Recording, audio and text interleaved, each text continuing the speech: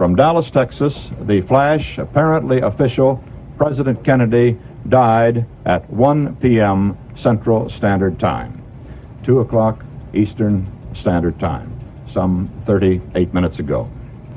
Vice President Lyndon Johnson has left the hospital in Dallas, but we do not know to where he has proceeded.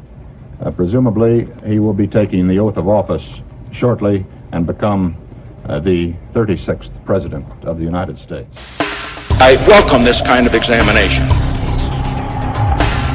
We came, and for the international order that we have worked for generations to build. A new world order. A new world order. we saw. If suddenly there was a threat to this world from some other species, from another planet, outside in the universe. Always talk to you like they're the best. And then we're going to Washington, D.C. to take back the White House! He died. He died. But that's a wicked woman. Because people have got to know whether or not their president's a crook. Well, I'm not a crook. We can keep it. Period. Period. Period. They are the focus of evil in the modern world. It's a catastrophe. Deep in my heart, I do believe we shall overcome. This is the Midnight Rider News Podcast. Hello, America and the world. Welcome to the Midnight Rider News Show. I'm St. Patrick, your friendly neighborhood host, traipsing through the trials and travails that have so tempestuously and untruthfully been blasted into your eyes, ears, and minds by the state-sponsored talking heads, court historians, and textbook conglomerates that control information today. Tonight we have episode 028, Joseph Green and the JFK Assassination. Our featured guest in the Midnight Hour will be Joseph Green, and as all of you know, in November we'll be doing JFK episodes because it is again the anniversary of the death.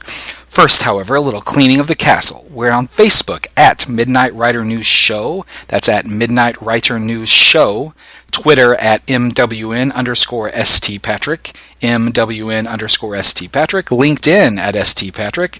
The email is midnightridernews@gmail.com. And the free archives are located at midnightridernews.com. Again, writer spelled WRITER, as in someone who writes. Now, I'd like to remind everyone that we're still available on iTunes and all your favorite podcast distributors. So even if you don't go to the website, you can still find us elsewhere. I want to say another hello to all the listeners joining us at AmericanFreePress.net. Now, I'd like to personally invite you all to check out our archives.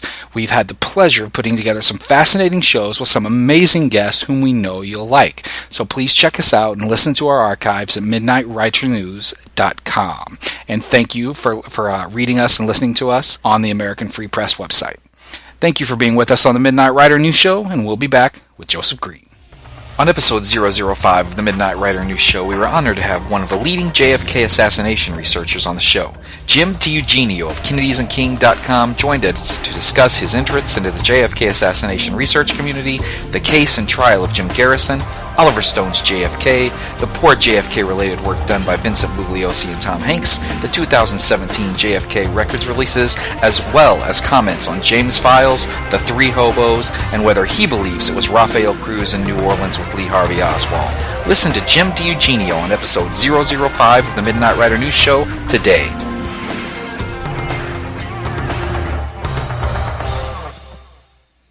Joseph Green is a political researcher who's been affiliated with the Coalition on Political Assassinations and currently serves on the board of directors of the Hidden History Center and the Center for Deep Political Research. His work has appeared many times at KennedysandKing.com, as well as in Ken Thomas's Steam Shovel Press, Russ Baker's Who, What, Why, and many other outlets. His new project is an intro to the JFK assassination conspiracy and will be available from Microcosm Publishing in December. Joe can be followed at joegreenjfk.com. And we're happy to have him with us tonight. Joe, let's start with what's been on everybody's mind recently, the JFK Records. What is the JFK Records Act of 1992? How did it come about? And what exactly is mandated by the Act? Okay. So I'm gonna tell the story as I know it. I wasn't there, so this is secondhand to some extent because I know a lot of people who were there.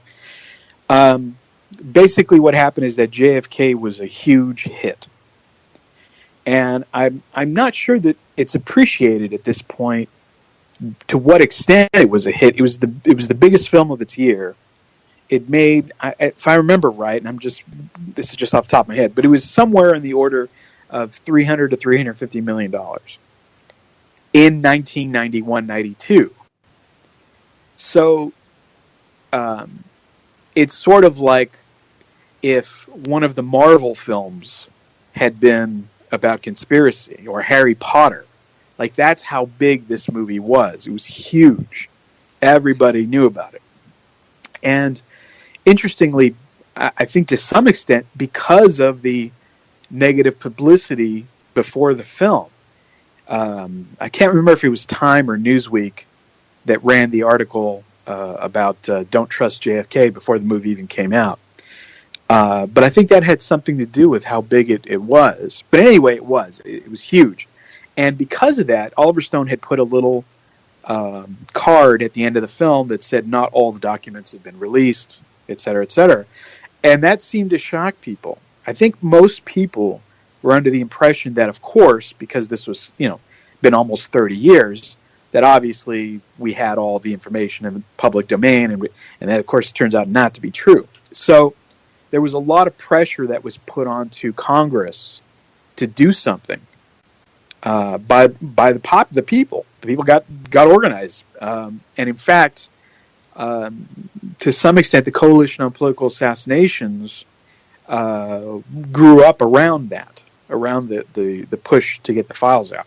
So Bush, who was the president then, had a lot of pressure put on him, and they were not excited about this. They did not want to release these documents, but basically Congress said, "Look, we got to do this. The public is, I got to keep my job." And so they passed something called the John F. Kennedy Assassination Records Act, or Records Collection Act, I think it was called, in 92. And the press weren't very excited about it. And a gentleman named Robert Gates, who should be very familiar to people who have investigated 9/11 in particular, was the head of the CIA. And he established something that he called the Historical Review Program. And the idea was that the CIA would then review documents for release, to say, oh, we can't release this for national security or whatever. But even with all that against it, and then there was huge delays. Bill Clinton became the president, and there was still I think it took still about a year to really do anything. And then finally there was the act called for the creation of a board, which turned out to be the Assassination Records Review Board. And the idea was that it would go through the documents and release them, and there was a structure put out that it would release by such and such a time. They'd have 2 years to do it. It ended up being over 5 million pages, almost 6 million pages of documents. And the one difference, though, but the HSCA, the House Select Committee on Assassinations, in the late 70s, they were tasked to reinvestigate the crime. The Assassination Records Review Board did not have that. They were not to come to any conclusion. Probably because they had learned from the HSCA, because since the HSCA was a governmental body, when it concluded at the end that there was a conspiracy, because of the Dictabelt recording, they said there had to be at least 2 shooters. They put egg on the face of the government. And in fact, to this day, technically, the last governmental body to render a decision about what happened in the Kennedy assassination was the HSCA. Now, the media pretends that didn't happen, and they always go back to the Warren Commission. But in fact, the government's position is that there was a conspiracy. So anyway, the ARB went through about 6 million pages of documents. Most of that stuff got released.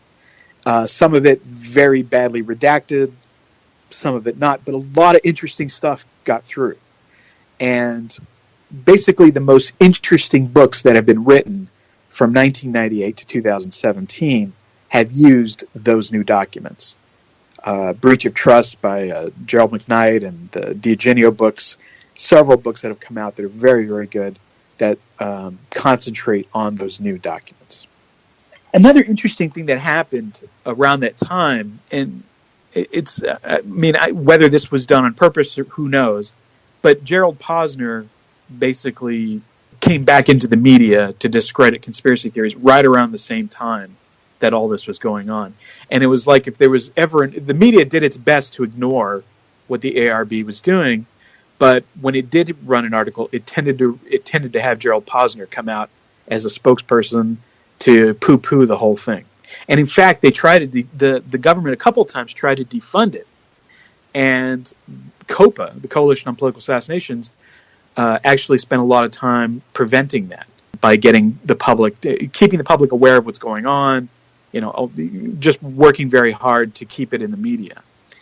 And in fact, in around 96, I think it was, COPA, or 97, COPA also got interested in doing the same thing with an MLK Act. And John Judge worked for most of that last part of his life trying to get an MLK Act together. Because I don't know if this is too off topic, but Dexter King had met with James Earl Ray, the purported assassin of Dr. King, and Dexter and James Earl Ray said, "I did not shoot your father," and Dexter said, "I believe you." And at that point, there was the family. There's always been a split in the family about whether or not to cooperate with that. I think they're afraid of what they might find, in terms of the personal stuff with MLK. So they were never able to get that off the ground. But the JFK Act was a big success, really. Even though stuff is redacted, even though a lot of those documents were destroyed, the stuff that did get through some of it was extremely interesting and helped the historical record. So what is the process by which a document can be released, and how can an agency challenge a document's release? Yeah, so the idea is that they go through they have like a panel, and the guy who was the chair of the ARRB board was a guy named John Tunheim. And there were several other historians and Justice Department people and some good folks that were involved in that, including Doug Horn, who you've had on your show, was one of those guys, and David Montague, who came to speak to COPA a couple times. Some good folks that were working on it. But they would go through a person, or sometimes a few people from representing the CIA or various intelligence agencies, and basically they'd look at a document and they would get to decide, okay, let's take out this sentence, yeah, not this sentence, and it was done at a very meticulous level. So they're able to, or they look at a document and say, you know what, we're not releasing this one. So, like anything else, and I think even it's funny when Donald Trump said that he was going to go ahead and allow it, which it's not really under his purview to allow it or disallow it. But anyway, that's another story. But when Trump said that, he said something like, absent additional information, we'll release the documents. And I think that's basically what he was talking about. In other words, unless somebody from the CIA or the Defense Intelligence Agency or somebody who doesn't want a particular piece of information to get out, then it won't get out. Now, the question I've been asked most the last week is what we've learned. What have we learned from the July releases and from the releases within the last week? Well, it's hard to say. You've probably seen there was an article in the it was, I think, the Daily Mirror. It was in an English newspaper about the phone call that took place, I guess, about 25 minutes before the assassination. The trouble is that, I mean, and that's certainly very interesting. Also in the news has been this note that J. Edgar Hoover made about convincing the public, but the weird thing is that is not a new document. That's a document we've had for some time, and I'm not sure why the news has seized upon that as a piece of new information. It's not a bad thing in my view, because at least it's getting out and people are seeing that, but it's not something that's brand new that we just found. Well, for those out there who may not have heard anything about the call, let's explain the call in the UK. Okay, so apparently there was a phone call that took place, and if I remember right, it was about 25 minutes 25 minutes before the assassination. and it said, it was sort of vague, but it said something to the effect of, there's going to be a big story. Like, wait a minute, and there's going to be this big story. So it didn't say that, JFK was going to be assassinated or anything like that. It was something that, MI5 got a call from somebody in, I think it was Cambridge, and said there's going to be some big news, and call the embassy. So that's, again, it's one of those things of like, maybe that means something, but maybe it doesn't. I mean, obviously, if the president doesn't get assassinated, that particular call gets filed as a crank, or was he even referring to that? I mean, who knows? And one of the issues that I have about this is that, about the internet age in general, is that we're required almost to present instant analysis. And you can see this, with there's kind of a race to look at the documents and say, okay, this is what we got, And I think that's why some of the stuff that's been reported has been old information. It's actually information that we already knew. I've barely had a chance to really start going through the documents. And I know, John Newman's been going through them, and he's been, whatever he finds, he sort of puts up and says, oh, this is interesting. But I would also caution people on accepting somebody else's word about a particular document in general, even somebody like John Newman, because you got to do the work. If you're going to research, if you're going to write something about this, if you're going to try to understand what happened, you're going to have to go through these documents yourself. And the nice thing is that I think they're still available. They were on the National Archives website. I don't know if that stayed up or not. I know some people were having trouble with the links, but you can download it. You can look at it yourself. But it's going to take time. It's when you start trying to instantly report on stuff is when mistakes get made. Now, I believe it was our friends at jfkfacts.org that did some analysis, and what they had come up with was they said that it sort of taken the focus off of the KGB and had put more of the spotlight onto Castro and the Cubans. Is that what you've heard also? Yes. Yeah, it does seem like that. And although there's this interesting kind of Operation Northwoods type document that talks about killing people and blaming it on Castro. Which I have not gone through. I just saw somebody talking about it, so I haven't read the actual document myself. But that is interesting. But yeah, there seems to be that point, and that makes sense. I mean, so there's been, since the Kennedy assassination, there has been various stories that the government has floated to sort of cover its butt, right? So initially, it was the Russia thing.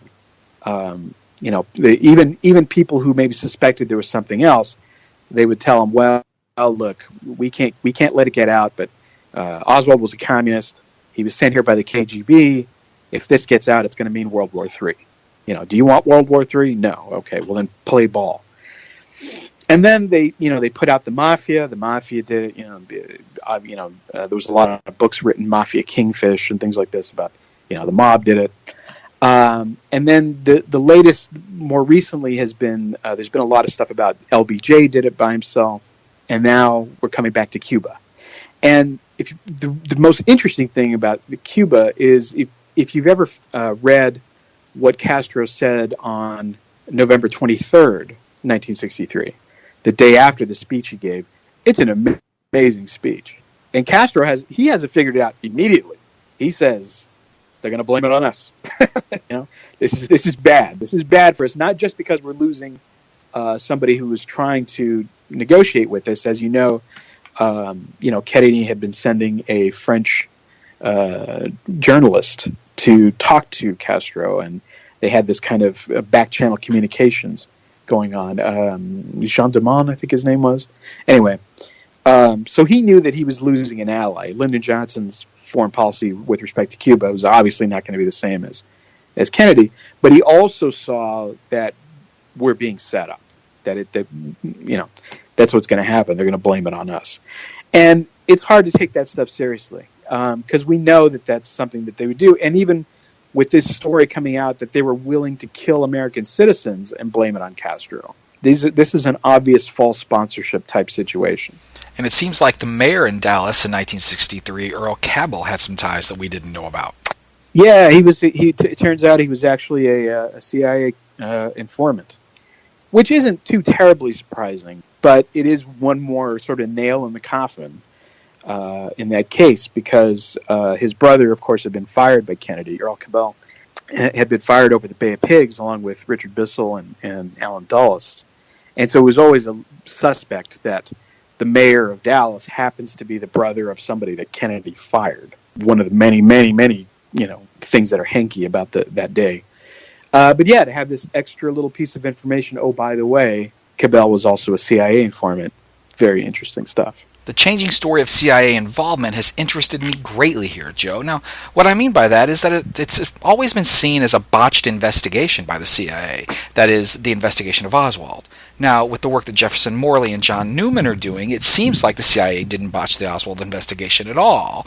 Rather, it appears that they meticulously controlled the investigation, right, and that James Jesus Angleton was a primary figure in that controlling of the Oswald investigation. So what are we learning about that? I mean, of the brand new documents, I haven't seen a whole lot about that. With the ARRB documents, there was a lot of interesting things that came out. One of the really interesting things, and I don't want to go too deep into it because I don't want to screw up the details, but one of the things that was known about Oswald is that he had attended this Albert Schweitzer College. So the FBI, if I remember right, and I don't want to screw up the details, but basically the FBI was trying to get information about Oswald at one point, and he was going to Albert Schweitzer College, which was this extraordinarily obscure college that they didn't know what the hell it was. They were like, what the heck is Albert Schweitzer College? So even they don't know what's going on, and there's no reason for him to be going there. It's this, Oswald's backstory is so bizarre that literally many books have been written on the subject, and the details are they're too extensive to go into here. But you're right. I mean, it looks like somebody is, either controlling or maneuvering Oswald into all of these different places in a very suspect way before any of this happens. And, Oswald was, I think, 24 when he was killed. He had one of the most interesting lives that anybody's ever had in such a short period of time. Though this week was the final release for the JFK Records Act, now approximately 300 documents are still being reevaluated. Yeah. And a final date has been set for April 26th, which is another 180 days. So why were some documents withheld, and by whom? It's so bizarre. I mean, they've had 54 years to monkey with the documents, right? I mean, at the 11th hour, they got to redact some stuff. It's nuts. I don't know if there's, obviously there's still names that they feel like they have to protect. Some of it may be just bureaucratic stupidity. I mean, put that out there. That's always possible. But as to what they're protecting, that's a good question. Because, so one of the weird things about all of this, really, I mean, in a way, I'm glad that that this has happened, because JFK's death is in the media and being discussed to some extent, even if in a horrible way most of the time. But in reality, because my friends and like my wife's friends have been sort of, oh, so what does Joe think about all this? Because they know that I'm a researcher into this stuff. So and the thing is, we already know more or less what happened. You know what I mean? I mean, it's pretty clear Oswald didn't do it. So once you have that established, who's covering it up? I mean, why are we going through this process? I mean, those answers are obvious, aren't they? I mean, are we covering up all this stuff because we're worried about the KGB? We're trying to protect the fact that the KGB sent this guy?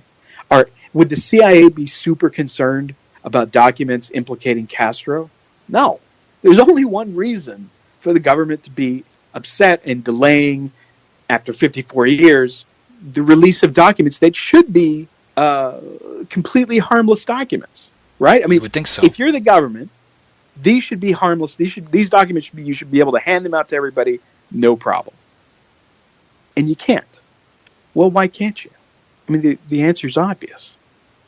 So, I mean, these documents are going to fill in some gaps. We're going to get maybe some more details. Like the thing about Cabell being a CIA informant. Yeah, that's interesting. The call to the UK about big news. Yeah, that's interesting. But is there going to be a smoking gun document? No, but we already have a bunch of documents that are more or less smoking gun documents. I mean, at least from my perspective. The fact that, you're talking about the story of Oswald being laid out, the fact that J. Edgar Hoover knows who he is 3 years before the assassination and is worried that somebody's using his name to buy guns in Mexico. You know what I mean? Like, that already blows up the government story, right? Oswald's not a loner. He's not a guy who doesn't have any frads. J. Edgar Hoover knows who he is 3 years before the assassination. Like, we're done. Like, so I don't expect there to be a huge amount in this batch. I'm going to look through them because at this point I'm pot committed. I'm going to look through everything that comes out. But yeah, there's nothing that's going to say, Oswald did it with the candlestick in the conservatory. Right. Now, I mean, if you really think about this, Oswald is killed at 24, and they knew what he was doing at 21. Now, I think of myself at 21. Yes. Joe, there's no telling what kind of crazy things I signed up for or said or did. And the FBI had no concern whatsoever. So you're exactly right. Why did they care about Oswald at 21? Yes. Yeah. No, that's exactly right. The FBI did not care what I was doing when I was 21 years old, and it doesn't typically. The fact that he was so young and obviously involved in all kinds of stuff makes you believe that he's laying a trail, or a trail is being led for him to Dallas. I mean, that's what it looks like. Now, we were talking before, and you have an interesting theory on what you believe and whom you believe. It's funny. My dad this morning sent me this article from the Washington Post. It was called "The Dossier and the Uranium Deal." It's about Hillary and the dossier and Trump and all that stuff. And it was written by a guy named Glenn Kessler. One thing that's very important for researchers in general is to find out who is giving you the information. Who are they? So Glenn Kessler, very interesting thing about this guy. He is the great-grandson of the man who founded Royal Dutch Shell. His great-granddad was actually born in the Dutch East Indies. And Glenn is a member of the Council of Foreign Relations because, of course, he is. He went to Columbia because they all go to Columbia. I call it the 3 C's. Anytime I see you'll notice, anytime they invite somebody to talk about any subject on any news show, they went to either Columbia, to the University of Chicago, or to Cornell. I always see those all the time. It was just interesting because when you find out who's actually giving the information, that tells you something about what's going on. And my dad's next question may seem like a non sequitur, but I thought it was a good question. He said, what is Jeff Bezos' connection with the CIA? And Jeff Bezos, the same thing, right? His grandfather worked for DARPA. So that's the Pentagon side of the world. He was also in the Atomic Energy Commission. And Jeff Bezos, without the CIA, would not have a business because Amazon actually was losing money hand over fist until the CIA gave them the contract to do cloud computing for them. Well, you're right, and your father's right. I mean, what is news if we're just repeating what spokespeople say, or if we're just repeating what people tied to the story say? I mean, what kind of journalism is there, and how important is the news? Yeah, and I mean, John Judge used to tell the story that he got from Mae Brussell, which is that John Judge learned how to cut up a newspaper from Mae Brussell. She'd look at a newspaper, immediately cut out all the things that are pertinent and put it together. And but they were complaining that by the 80s, newspapers had gotten so bad that they were mostly worthless except for the society pages, because the society pages tells you who's hanging out with who. I've never thought about it that way, but that's probably correct. Now, let's go back to the beginning. You're someone that is well and widely respected in the JFK assassination research community. So I want to know how you became involved. When did this case first draw you in? So I grew up in this little town called Laredo. You can't go any further south or you get to Mexico. Okay, it's at the bottom of Texas. And my dad was a history professor. And so I grew up around academics. And so it took me quite a while, actually, to get into the JFK thing, because if you are an academic, people do not talk about conspiracy theories. Like, there is no... I mean, there are vanishingly few academic publications that will get into anything like conspiracy theories. And so I saw the movie JFK, 1992, I think. I was 20 years old. I was a kid in university. And it made an impact on me as a film critic and as a person who loved film. But it did not make an impact on my consciousness in the idea that, hey, I should go look into this. Because one of the things that you learn in academia is basically to compartmentalize and to assign value to things and to categorize them. And so I came out of the film JFK and said, oh, that's a really interesting example of like a counterculture alternative approach to U.S. history. Not, holy crap, they killed JFK. So it really wasn't until basically 9/11, or just before 9/11, because what happened was I was living in Austin, and this guy wanted to make an indie film about conspiracy theories, and he hired me to write the script. And he gave me a couple of books to read, one of which was Rush to Judgment, and the other one was John Armstrong's book, Harvey and Lee, which is not a book I would ever recommend anyone to read as their first book. But it's an amazing book, but it's, don't start with that one. And then 9/11 happened a few months later, and I was probably in a kind of psychic shock, like a lot of people were, for about 6 months. And then I started to realize, hey, wait a minute, this story makes no sense whatsoever. And then I started to connect it to the books that I'd been reading in preparation for this script. And I wrote the script, and the money fell through for the production. Stuff like this happens all the time. So anyway, so the movie didn't happen. But here I was stuck with this thing that wouldn't go away. And so I started to do research in a big way. And then it all came to a head when I read an article by John Judge in a book called Secret and Suppressed, called The Black Hole of Guyana, that told the real story of what happened at Jonestown. And the article was so incredible. And one of the things about that article is that one of the reasons I really responded to it is that it was written in an academic style. It was like it's a 20-page article with like 160 footnotes. So I could find everywhere that he was getting the information. And a lot of that information was primary sources. It wasn't stuff that he had read in a newspaper. Well, I mean, it was, but it was derived from interviews that people had done from people on the scene, and what the coroner, Dr. Mutu, I think his name was, had said about the bodies and all that.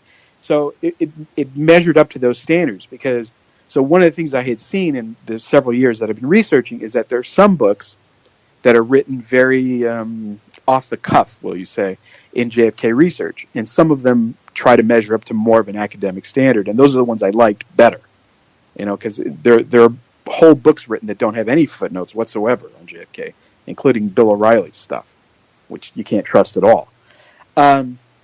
So I went down to Dallas because the Coalition on Political Assassinations meeting was happening. I'm always early to stuff, so I went there I think the day before that it was actually happening, and I went up to the breakfast room at the hotel, and John Judge was sitting there. I sat down and said hi, and we talked for about 3 or 4 hours. And that was it for me. So not only was I a researcher and I was getting into all the stuff, but I became, like John Judge became the focus of a lot of my work, because I realized how much work that he had done and where he had come from. I really don't want to get too far off the JFK track at this point, but Sure. I have to ask you, what did John Judge really believe happened at Jonestown? Oh, well, I mean, it's a long story, but the simplest thing is that there are no suicides at Jonestown. And the fact of the matter is that the coroner said they were all murders. There are no suicides. The entire Kool-Aid story is made up. So, and that was staggering. But the thing that made it so staggering is that this wasn't a theory. John just read the accounts that came from the Guyanese reports. So the U.S. newspapers and the rest of the world was reporting something that the local press wasn't reporting. It was they had changed the story. And that was a staggering thing because all of a sudden, like, this isn't a theory anymore. This isn't like, oh, well, maybe this happens or maybe there's a slant this way. This is just flat out, they are not reporting what happened. So this is a whole other thing. So that, I think that was the big breakthrough because it happened in real time in a sense. Like my mind was sort of working all this stuff through, but, you know, conspiracy theories have this, you know, I wrote an article one time about how just the term conspiracy theory is like profanity. And if you go back and look at the origins of the word profanity, it means to be outside the temple. And that's exactly what they are. If the temple is academia, which is the university, which was the prism by which my intellect was sort of built, you know, for the first probably 30 years or so of my life, then there was this like uncleanness that was attached to and I didn't really want to be a conspiracy theorist in the sense of the tinfoil hat guy with newspapers, you know, pasted up over the room, all those cliches. And when you talk to people about them, they're immediately where they go. They think, oh, you know, and you believe in Bigfoot and, you know, whatever. And this was not that. This was flat out, he could demonstrate that this story was a lie. And if they would lie about that, then what else would they lie about? Absolutely. So I think I saw Oliver Stone's JFK the weekend it was out in 1991, and then I think I saw it 3 more times. Since then, I think I've watched it in full probably 25 times or more. Yeah. What I'm interested to know is, you also said you saw it then, but what's your opinion of it today? Oh, it's fantastic.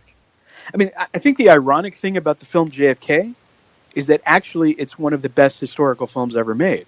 In other words, you can account for more things in JFK than you can account for in most historical films that are made by Hollywood. And in fact, they really made an effort.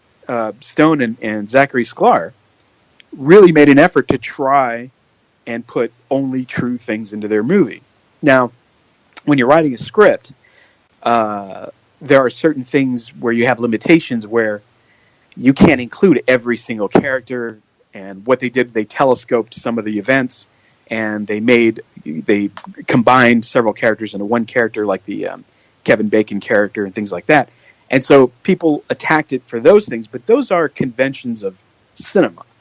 You know, you can't make a 9-hour film about this subject, so you have to telescope some of it. But as far as like comparing it to other films, like, it's brilliantly made, it's effective, it works to this day, and most of it is true.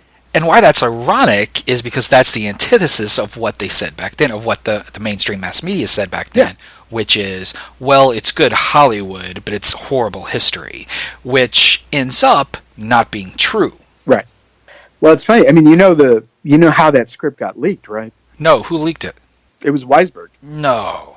Weisberg is, because he did not like Garrison. And he thought it was ridiculous to make Garrison the hero.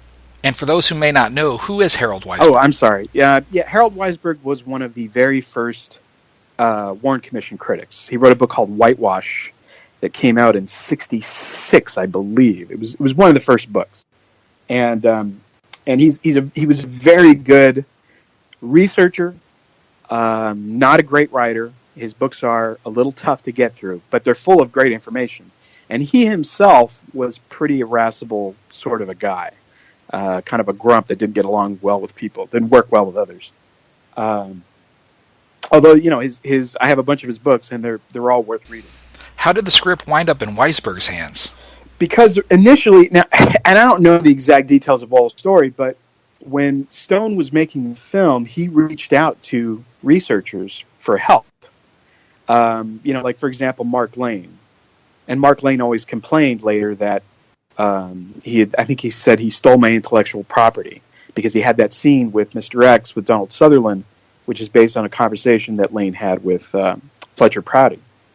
And Weisberg was in the loop, and I forget exactly how this happened, but he was the one who released he got a copy of the script and he released that early version. And I have to say, so again, not to get too far afield, but having been involved in the attempt to produce a film about the Kennedy assassination, there are a lot of researchers who don't want a film to be made unless it's the film of them. And I've seen that up close firsthand. There were people that we tried to... So I'm Ryan Page, a director who has made several documentaries and been a film producer in Hollywood, contacted me several years ago to be a research and script consultant on a movie that he was making. And I got involved with that. And then in the course of making that movie, it was decided we would also make a documentary. It's a really long story, but we ended up making the documentary. The documentary has shown only one time. It closed the Dallas International Film Festival in 2015, and we've been seeking distribution ever since. But there's a lot of complicated stuff that went into that whole project. And one thing that happened was that the film that we were trying to make that was attached to the documentary did not get made. And so there are problems with that as well. But in the course of doing that, we ran into a couple of places where I was using researchers that I respected and liked, and those are the ones that I called when we made our documentary, and virtually all of them said yes. But there were a couple that said yes initially, but then when it turned out that the film was not going to be, they were not going to executive produce the documentary, they dropped out. So that does happen sometimes. One more question on Stone's JFK before we move on. Now, you and I are the same age, as we discussed before, and we saw the movie around the same time. Now, I want to know if you believe that the apex of the film is the same as I. I believe it's the Donald Sutherland X scene in Washington, D.C., which I think is perfect. Yeah. No, it is. It's spectacular. It's and it's particularly, that's probably my favorite sequence too. Although some of the courtroom stuff is really good. There's a lot of really good scenes in that picture. And the John Candy scene is great too. But as far as watching it in real time in the montage, with such a well-designed montage, and Donald Sutherland doing the narration, it's like that moment, and Kevin Costner's look at the end of that is the look you have when he's done with the montage. It's like, oh, you've just put it together for me. I get it now. It is, and Costner's great in that movie. I'll defend Kevin Costner forever. I like that guy. Now, I've heard that doing the Stone movie turned Costner pro-conspiracy theory. He was, well, at one point when we were making the documentary, there was apparently a deal for him to do the narration in the documentary. So for a little while, I was writing narration that was going to be spoken by Kevin Costner. That fell through or something. I don't know. Hollywood's really weird, and I don't want to just talk about Hollywood for the next several hours, but there's a lot of weird stuff that goes on. But yes, Costner was going to do the narration. I mean, one thing, because Oliver Stone is in the film. So I got to interview Oliver in his office in Hollywood, and it was great. He gave a great interview, and it's fantastic, and I want people to see it, and I wanted people to see everybody that was in the film, because we got a lot of great stuff, including from like Dick Gregory, who just died, and John Judge, who died. But whether that'll happen or not, I don't know. But yeah, my understanding is that Costner has turned around on that, and that he is interested in the case. So until about 10 years or so, I had no idea, one, how large the JFK assassination research community is, but two, that there was so much contention within the community itself. Now, I was wondering if you knew the origin of that, yes. When it started, with whom did it start, and why do you think it has become so personal today? Oh, we could talk about that. So the origin of the original split, you have to think about it in terms of the first people who started really researching the case. There were people who thought the whole thing was hanky on November 22nd, 1963. And then when Jack Ruby shot Oswald, there were a lot of people who said, holy cow, this is a coup d'etat. One of those people was Vince Landry. Vince Landry immediately saw what was happening and immediately started going to work on it and researching it. But there were a lot of other people, too. Ray Marcus, a lot of folks that people maybe don't know, Penn Jones, and Sylvia Marr. They were all working on it individually. And gradually, over a period of time, they started to run into each other. And the story is very well told in a book by John Kellen called Praise from a Future Generation. The only thing he doesn't have in that book is that he doesn't have anything about Mae Brussel, which is unfortunate, because Mae Brussel, we could talk about her for the next several hours. But so there were all these people that were working on it. They were all doing their own specific work. And then Garrison happened. It became public knowledge that Garrison was trying to prosecute a case against Clay Shaw in and researching the JFK assassination. And there was an immediate split among the researchers into pro and anti-Garrison groups. So there were some people who decided to help Garrison, like Vince Landry, for example, and there were people who thought that that Garrison was a buffoon, that he was incompetent, which Sylvia Marr had no use for Garrison whatsoever. And Sylvia Marr's book, Accessories After the Fact, is one of the absolute best books ever written on the case. She's terrific. And she made an index that everybody still uses because, incredibly, the 26 volumes of the Warren Commission had no index. But that was the beginning. When people really started taking sides was with when Garrison happened. And part of the reason is that there was a feeling that there was no way Garrison was going to successfully prosecute this case against Clay Shaw. First of all, there were people who didn't believe that Clay Shaw was even involved. Garrison was vindicated on that later, when it turned out that he was, in fact, a CIA contract agent. But at the time, people didn't necessarily believe it, or maybe that Garrison had picked the wrong guy to prosecute this case. And the worry was that Garrison was actually going to solidify the case against Oswald by failing to make the prosecution. And in the public's mind, if Garrison screws this up, that it's over. We're never going to get a chance to do this again. And I completely understand that. Had I been alive during that time, I don't know which way I would have gone. I can see the merits of both positions. I think ultimately Garrison's case was actually really good for us. He turned up a lot of great leads, including 544 Camp Street, which is, that's one of the keys to the whole case.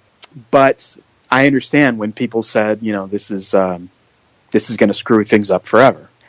And that has continued on to the present day, not just about Garrison, but about whether the Zapruder film has been altered, whether Judy Baker is the real thing. And I have to say that I find most of that stuff a sideshow. And Vince Landry called all of that sort of thing a false mystery. That's what he called his book.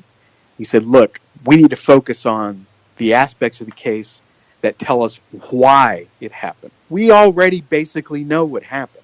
You don't need a ton of evidence at this point. Like, the CIA is about to release a bunch of documents, which, okay, they've had 50 years to mess with their documents, but whatever. We'll look. We're going to go through it. We're going to read them all, and we're going to figure it out. But having said all that, we know Oswald didn't do it, right? Oswald didn't do it. So arguing about whether the Zapruder film was real or fake, or whether Judy Baker's okay, Judy Baker's telling the truth. Great, let's move on. Who cares? Because we've got stuff to work on. There's real things we should be doing. And I'm not saying you shouldn't investigate the case. Far from it. The detail work has to be done. But we can't get obsessed with one thing and make that our thing, and that's what we work on forever. And we say, if you don't agree with me that there was surgery done on the head, then to hell with you. And that's what the community tends to do. They tend to split up into all these different factions. And probably it's just human nature. I don't know. Well, yes, there are so many things. I mean, the man in the doorway, the prayer man, the badge man, Mac Wallace in the Texas School Book Depository, the South Knoll theory, on and on and on and on. You know, yeah, that's all. And I sort of think that those arguments are all valid, and going through the details, as you said, has value. Right. Now, it sort of starts as a hobby, though, and then for many it progressed to an occupation, and so now, you know, livelihoods are on the line. But then it becomes a lifestyle, and when that happens, I think every detail becomes vital to that person. Yeah. So we break up into factions because, well, you know, that's what human beings do. Yeah. And then we organize with like minds. Yeah. No, that's right, and I'm as guilty of it as others. I mean, there are, and it's different too when you're sort of in the research milieu and you're going to conferences and things. You know, there are some researchers that I think are very fine researchers who I cannot stand as human beings. I mean, I just, you know, I can't work with this guy. And on the other hand, yeah, we could do that.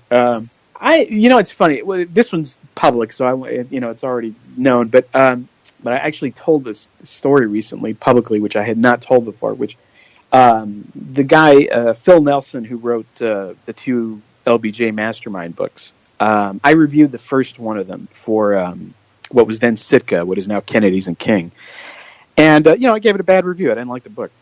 He responded by going onto Amazon and giving one of my books a terrible review.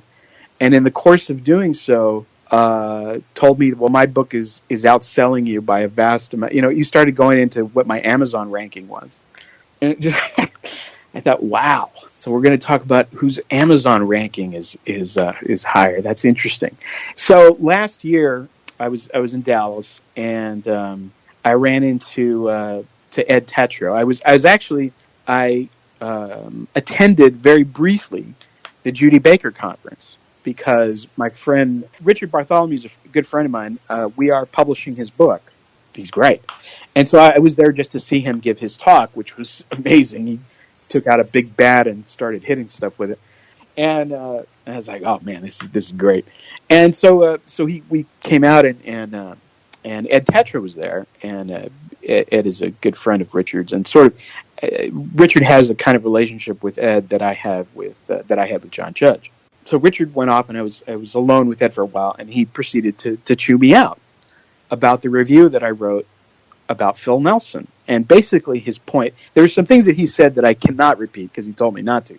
But I can say that one of his major points was that Phil was an outsider, that Phil was not a research guy. And he came in and he wrote a book that he felt had a lot of good stuff in it, and I had just, killed it.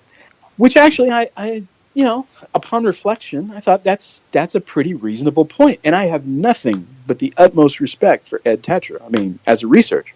So I kind of thought, okay, fair point. I still don't like his book, and I still have the same issues with the book, which is that sort of the first third of the book is Robert Caro, and then the next 2/3 of the book is him desperately trying to prove that LBJ did it. And it's not that I don't think that there are Texas connections to the Kennedy assassination. In fact, the book that we're publishing is all about the Texas connections to the Kennedy assassinations. It's called The Deep State in the Heart of Texas by Richard Bartholomew. And it's terrific. And it's a lot of really interesting stuff. So I'm not saying that Texas is not involved as a venue and that there weren't people that were involved. But I don't think that you can reasonably make the case that Lyndon Johnson was the guy directing everything. And he didn't make it. I mean, I know he doubled down. I never read the second book. He doubled down on it, and he said, I think it's called like From Mastermind to Colossus or something like that. But and that's fine if that's your thing. And from a marketing standpoint, I know that has hurt me as a writer. I have several things that hold me back. One thing is that I write about too many different kinds of things. But the other thing is I am not a LBJ did it guy, or a Pentagon did it guy, or I don't have like a quick thing that you can attach to my name that says, "Oh, you're that dude." I just don't have. Yeah, I don't have a little handle that you can attach to me and says, "Oh, that's Joe Green is the guy who believes this." Well, Phil Nelson was on our show a few weeks ago, and I actually thought he was great. Yeah. And he was nice. He was extremely nice, actually. And he'll be on again in January to talk about his two LBJ books. And yes, I do think he's more of an LBJ guy in general, or actually an anti-LBJ guy. And I think that has some real value to LBJ it. was a dirtbag. Yeah, I'm not Right, defending right, LBJ at all.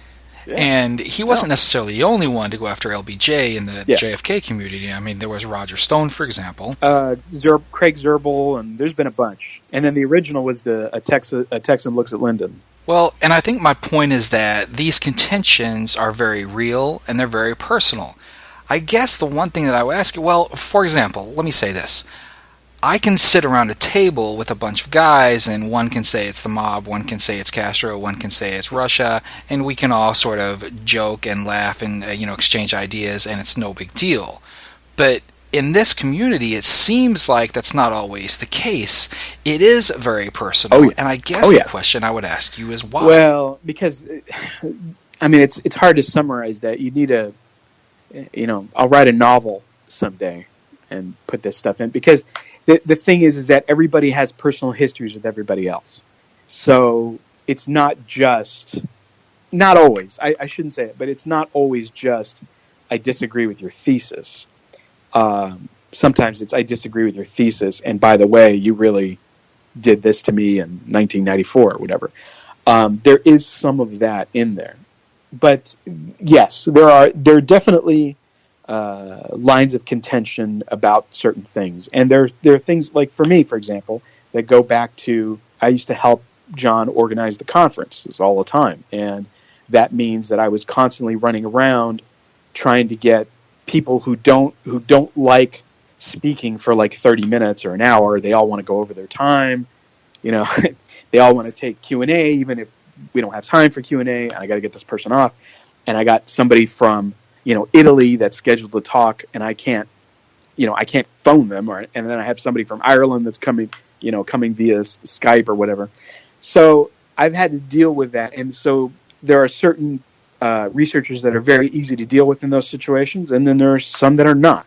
And when you get to see that firsthand, that colors how you see the rest of their research. So I want to ask you that now. I don't want to go back into who is hard or who is a really hard case, but I want to ask you who's affable. Who do you really like to deal with in this community? I loved working with Bill Turner all the time. I really, really liked that man.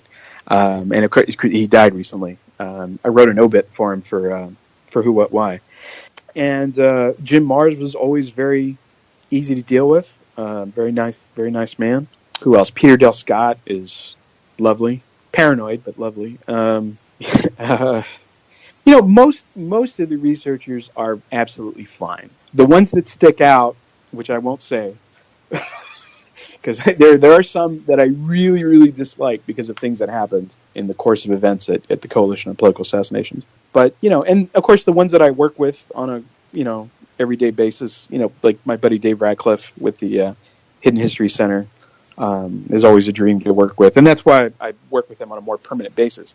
So, like, I'm associated with the Hidden History Center and the Center for Deep Political Research with Jeff Worster and Richard and Randy Benson, and these are people that have become friends over the years because we do a lot of stuff.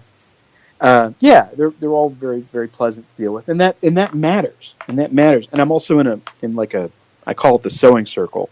I'm in an email circle with all these people, including Vince and Marty Schatz and people like that, and they're always so incredibly polite and nice. It's nice to be able to send messages back and forth and talk about current events and things, and everybody's extremely respectful of everybody else's opinion. And they're such high level guys, Ed Curtin and these. I feel like I'm the kid that's allowed at the grown ups table, at these email, because all these people are like have PhDs and they're much more accomplished in their fields than I am in mine. But that's always nice when people can be basically polite and respectful. And I have to say, I shook hands with Phil Nelson last year. It was pretty hilarious because Ed said, hey, hi Phil, this is Joe Green. And Phil kind of shook my hand. I was like, oh God. And but he was perfectly polite, and had no issue. Well, that's nice to know, because I obviously like you both. So, I really think the thing is that people just put so much time into their work that they're very protective of it. Yeah. And when it gets attacked, obviously we strike back.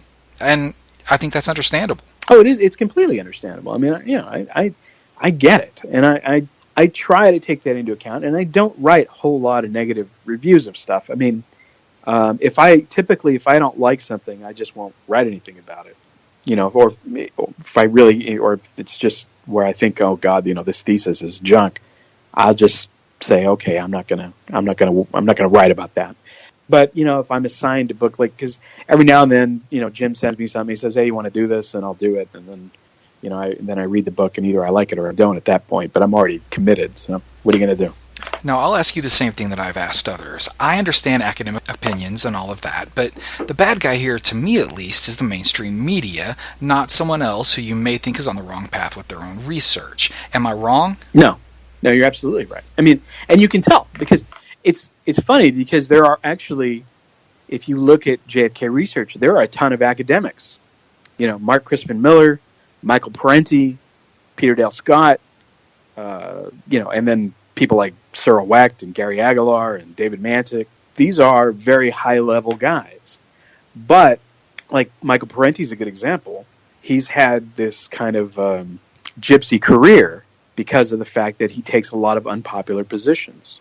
You know, and if you're an academic, you are much more at risk than you ever were probably in the last half century, well, really since McCarthy, to take unpopular positions, and not just in conspiracy, but on a whole host of other things too. There's this kind of rise of the of a conservative right-wing mentality that's disguised in kind of liberal tolerance that's going on in universities in general. But there's definitely this thing about, again, getting back to, you're not going to be able to publish stuff if you're trying to write a book for a university press. You can forget it. I mean, you're going to write about Lee Harvey Oswald not shooting JFK? Forget it. You know, there's no way. That's going nowhere.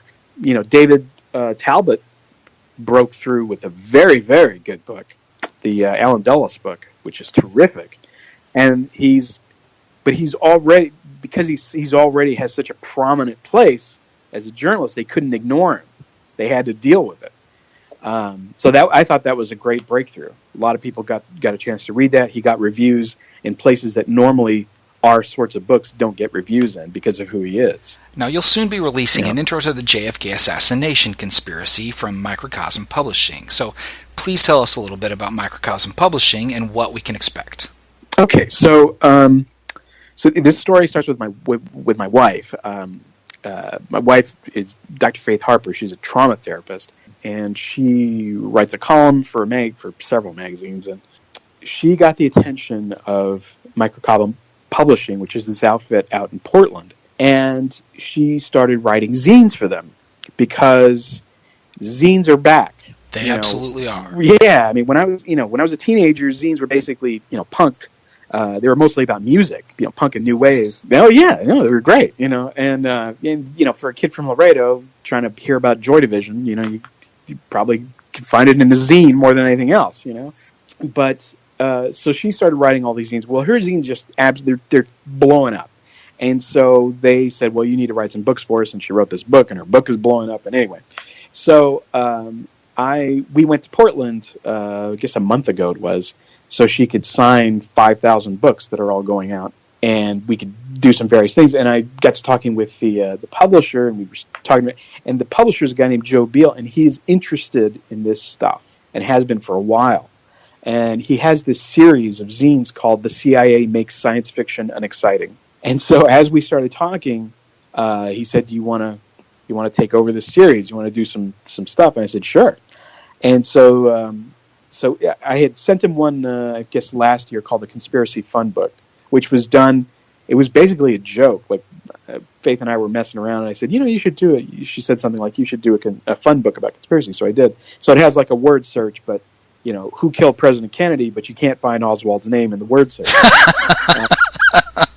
So stuff like that. And so that did okay. So they said, well, why don't you go ahead and do an introduction to the Kennedy assassination. I thought, great. So I put this out, and it's going to be on a zine. It's coming out in December. It's like $3. But the really great thing about it is that it's mostly young folks that like this, and they really like this zine format. And so the thing is written more informally than I would have written for like an article for Jim DiEugenio or something, but it's still, there's a lot of substance there, hopefully. And it talks about the larger forces that are involved in the Kennedy assassination. I finished writing it, and then I realized that I had not mentioned the words grassy knoll at all in my introduction, and I thought, well, gosh, should I say something about that? And I decided, no, it kind of speaks for itself on its own. Like, if they want to look up the stuff about the grassy knoll, I include references that if they want to get to that stuff. But what I was really interested in talking about was kind of the larger forces that are involved, political analysis of what happened and why, rather than a lot of the detail about, where the shots came from and stuff like that. They can get that anywhere else. So anyway, we'll see. We'll see. It hasn't come out yet.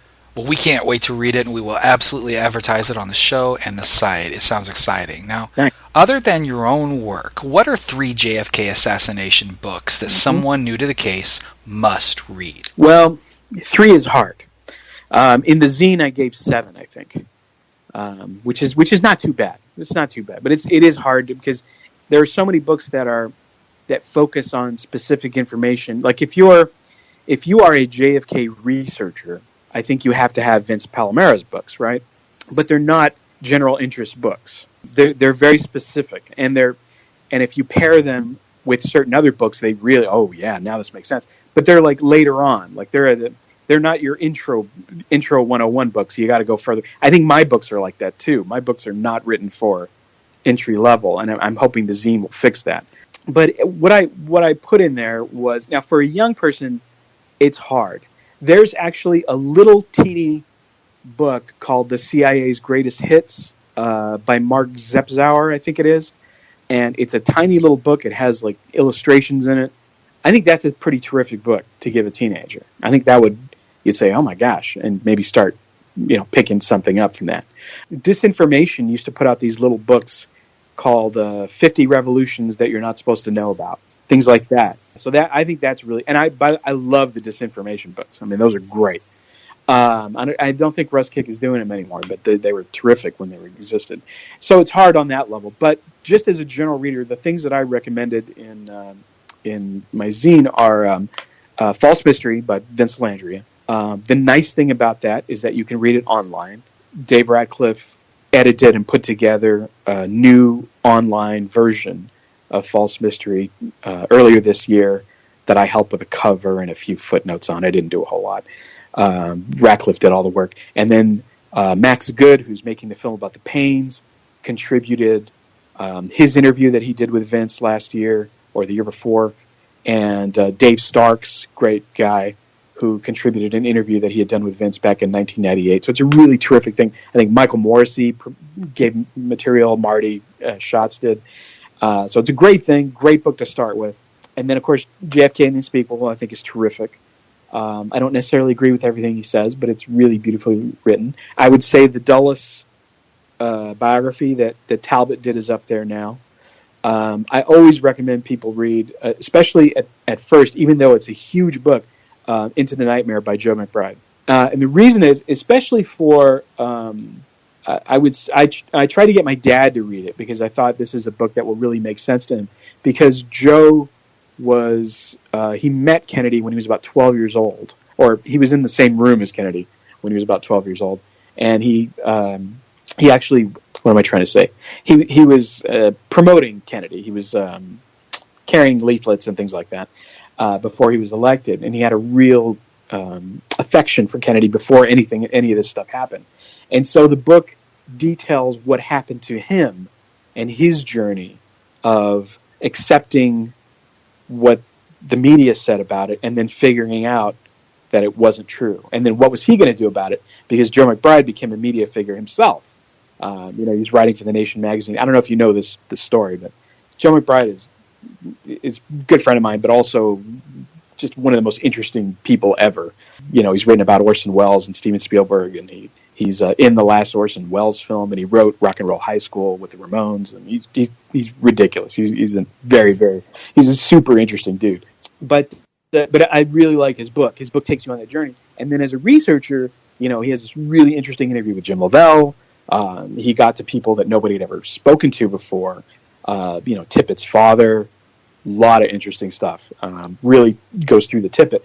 And in fact, when we were making our documentary, we flew Joe out to Dallas so that we could walk the tippet shooting.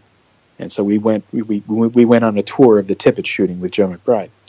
And we did the same thing with Grodin and Dealey Plaza, taking these little mini tours. So yeah, I think that's a great book. And then I tell you at the end, you really need to read Jim DiEugenio's books, particularly Destiny Betrayed and Reclaiming Parkland. And I say that my only warning to you is that if you read these books, you're going to end up owning 50 JFK books. And I really don't think, I don't know how widespread the admiration is for those books, because they are really staggering. They are really good. In particular, the information in Destiny Betrayed. There's little tidbits, about which I didn't know. Like Harry Truman had written an article about the CIA that got published 30 days after the assassination, where he's warning people about the CIA's. That stuff is just, and they're like on every page. There's something that's just, holy cow, that happened. And then Reclaiming Parkland, just taking apart, doing what I felt was a great service to all of us, because I only got through about 200 pages of Bugliosi's Nightmare. But to have a guy of DiEugenio's caliber actually read the whole thing and then tear it apart is just fantastic. I mean, because I wouldn't have done it. I was just like, oh my God, I can't read this crap anymore. But he actually, went through it, which somebody had to do, which is great. So yeah, I think that's all. But there's tons of good books. There's tons of and there's tons of really horrible books as well. And I think even the books that are not as well liked or not as popular, we can always take a chapter or a paragraph and learn something from them too. Yeah, that's what Joe McBride was always telling me, because he used Dale Meyer's book, and I thought, oh God, but there was some things in it that you can use and explain why Dale Meyer's is what the deception is, and I think that's useful as well. Now, seeing that you've been into the Hollywood scene for a while and you've had experiences going through the process, I was wondering about this Harvey Weinstein story. Now, we've heard a lot about it. We've heard that, a lot of people knew, but everybody kept it under wraps. And I was wondering what your experiences were and if you had any stories. Okay. So, the other thing that you learn when you work in Hollywood is how malevolent, I guess, it really is. My personal experience was weird. It was it was the best of times, it was the worst of times. I frequently didn't get paid, although when I did get paid, it was nice. I certainly didn't get paid back the value that I put into what we were doing. And maybe that'll change. Who knows? I mean, because the documentary could get distribution. Who the hell knows? But I guess it's like anywhere else in that there are good folks and bad folks. But the bad folks are really, really bad. And there's tons of open secrets about people. There was a director that I knew of that was... oh, God, I probably shouldn't say this. The point is that a lot of things are accepted in Hollywood if you can make a successful picture. And it is as badly skewed towards men as all these women are saying. For example, one of my first ideas when I came on board was when I read the script, I said, the female part isn't great. Do you mind if I punch this up? And they're like, no, that's fine. And I said, because maybe we can write a great woman's part, because that doesn't happen very often, and we can get a big female star, and everybody's looking at me like I'm an idiot, because that's not how it works. The male star gets a voice on who he gets to work with. So when you get your male star, the male star has input on the woman, the female lead. And I just was, I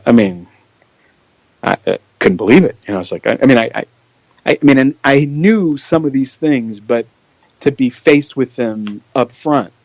And there's even more even just in a normal Hollywood production, there are things that are pretty skeevy that I felt uncomfortable about when they're talking about how things operate.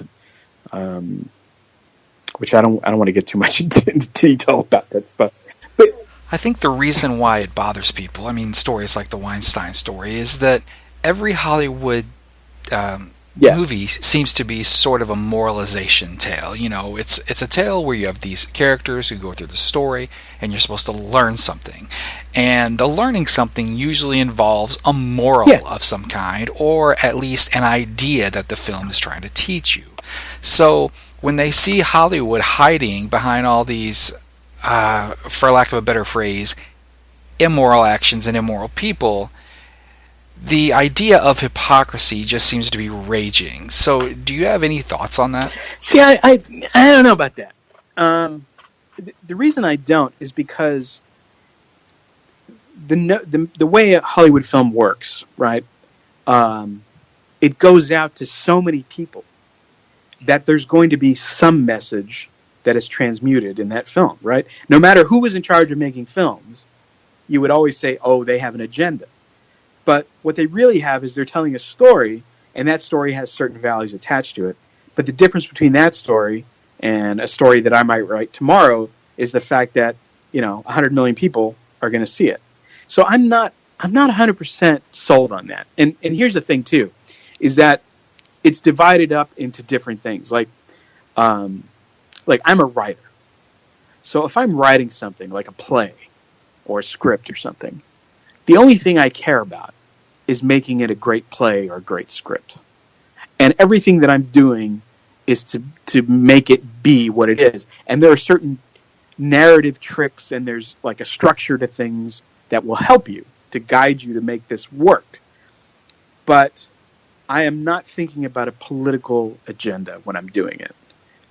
It has to do with the work. And I think most writers are like that, and I think most screenwriters don't really give that much of a crap about politics. A few of them may, but I don't really think that's the issue.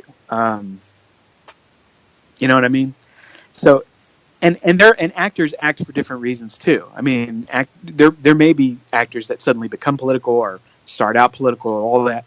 But mostly what actors want to do is they want to be in successful pictures. So you are a man involved in a lot of things, Joe Green. So tell us a little bit about the organizations in which you take part. Oh, good Lord. I belong to three.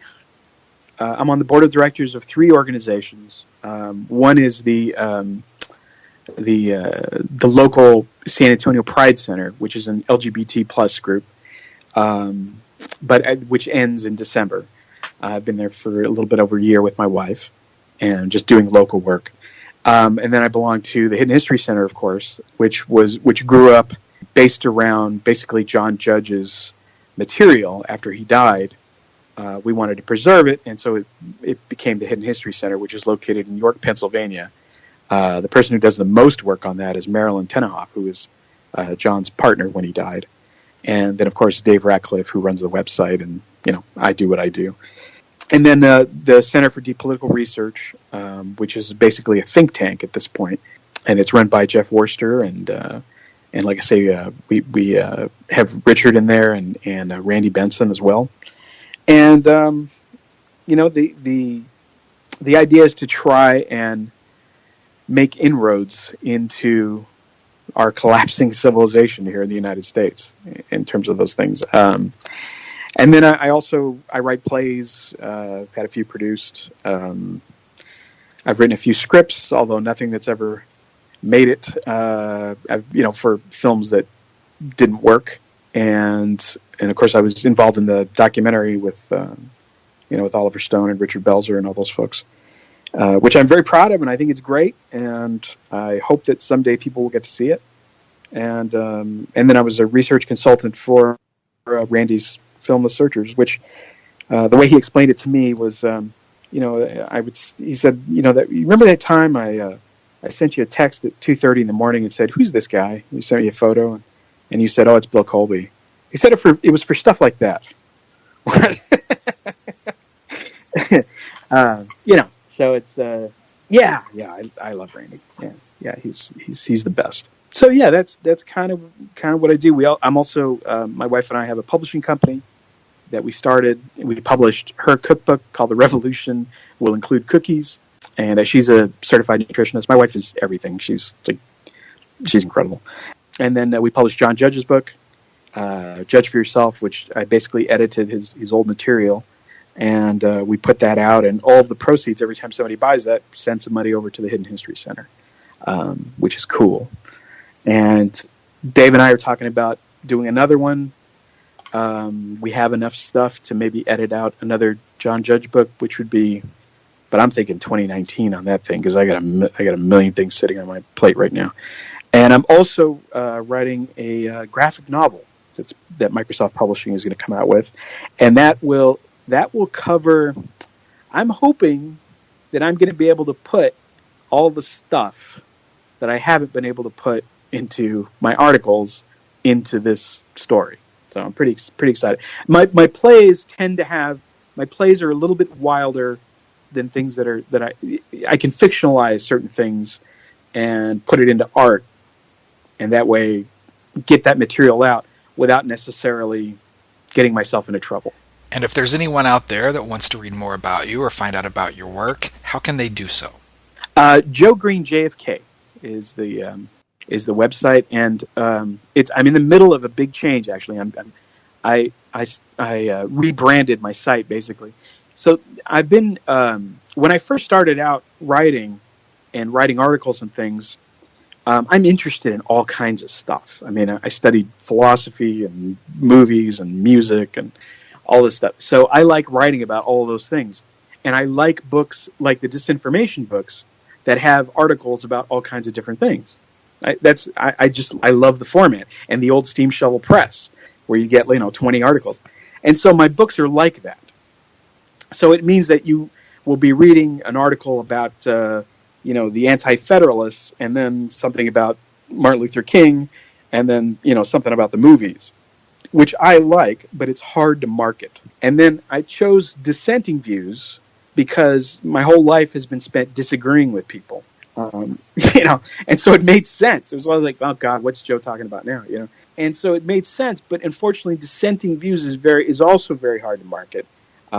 People can't spell it. They can't remember it. They can't. So anyway, Joe Green JFK, simple. So hopefully that will help out, because I know it's been an issue in the past, and I'm finally learning enough about sort of marketing and things to do this correctly. At least we'll see. And this has been Joseph Green, JoeGreenJFK.com, the author of the upcoming introduction to the JFK assassination conspiracy.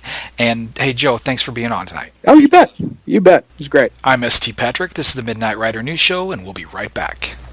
What did the CIA know about Lee Harvey Oswald, and why did they keep it secret for decades? Who was James Jesus Angleton, and how did his hunt for a mole within the agency change the hunt for JFK's real killers? Hi, this is Jefferson Morley, author of CIA and JFK, The Secret Assassination Files, and the upcoming book, The Ghost, The Secret Life of CIA Spy Master James Jesus Angleton. If you want to know what was contained within the CIA's files and Lee Harvey Oswald, as well as the role James Angleton played in the Kennedy-era CIA, listen to episode 14 of Midnight Rider News Show and visit jfkfacts.org today. Well, the JFK records are out, at least most of them. The rest will wait until April, or at least April.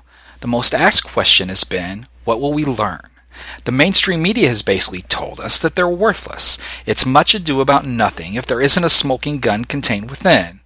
Except they know there won't be. So yes, they think the JFK files are a worthless exercise in bureaucracy. To the researcher, however, they're vitally important. As Joseph Green said tonight, we already know what didn't happen. It wasn't Oswald on the 6th floor of the Texas School Book Depository. We know that. At the very least, the House Select Committee on Assassinations said it was indeed a conspiracy. What the newest records will do is important as well. They will add dimensions to characters, stories, and agencies that we already know. Imagine the spark notes to the Grapes of Wrath. That's what we had after the Warren Commission. Researchers from Mark Lane to Jim Garrison, from Sylvia Marr to Mae Brussel, from Joe Green to Jim DiEugenio, from Jim Mars to Peter Del Scott, from John Newman to Jefferson Morley and everyone in between, from Black Op Radio to Brent Holland to Chuck Ocelli to Midnight Rider News. We're all trying to turn the Spark Notes into a novel. I hope you all enjoy the first annual JFK month. Stay tuned for more. From the other side of the mountain, on the best side of midnight, I wish you peace. The Midnight Rider News Show with St. Patrick is a production of MidnightRiderNews.com. Copyright belongs to St. Patrick and all rights reserved. You can email us at midnightridernews@gmail.com and be sure to visit MidnightRiderNews.com for the best in alternative historical analysis. This is Leanne saying thank you for listening, have a great night, and always remember, when life throws you lemons, throw them back and demand chocolate.